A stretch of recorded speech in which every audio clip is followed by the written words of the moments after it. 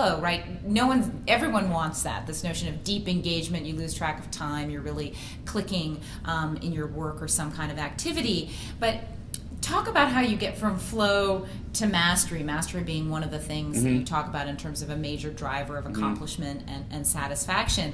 There's a big conversation going on around mastery right now, the whole, as I said, the Tiger Mom question. Is this about practice, practice, practice? Is this about discipline, discipline? What is it? Well, I'm all for practice. Practice. I think there's a huge amount of evidence that shows that we have, in some ways, oversold the importance of innate talent and undersold the importance of dedication, persistence, practice, and so forth.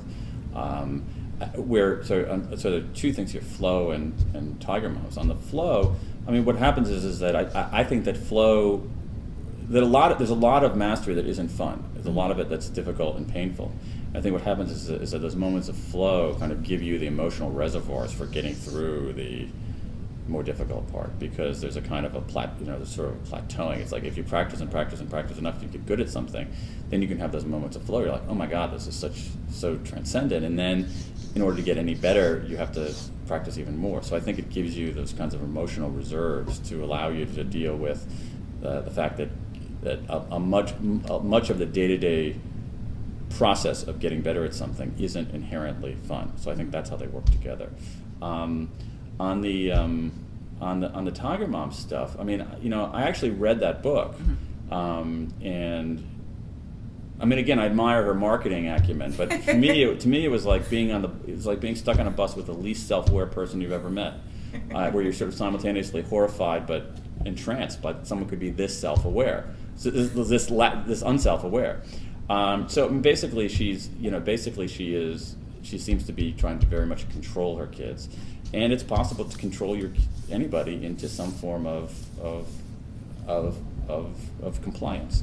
I think that people would be much better off reading the work of Carol Dweck, who has, I think, a much more scientifically based, much more enlightened, much more accurate view of human potential, where she says, what you really that you want to have this notion that intelligence, that ability is something that isn't fixed, but it's something that you can grow, and you can grow it through practice. But the more autonomous that practice is, the more self-directed that practice is, the more freely chosen that practice is, the better you will do. Mastery seems like such a hugely personal pursuit, in the sense of, there's something I want to get better at, right, and I'm motivated to do. It's clearly important in the organizational context. What is it that you've learned about how a leader or an organization can support the development of mastery?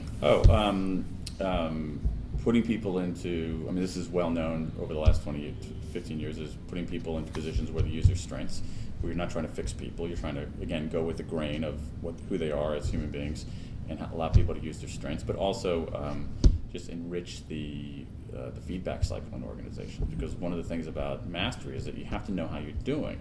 You have to have a sense of how you're doing. Now, there's some things that I think by their nature you have a sense of it, but there are other things that, especially at work, that are a little murkier. And I think what managers can do, put people in positions where they use their strengths, and then really, really enrich the feedback environment.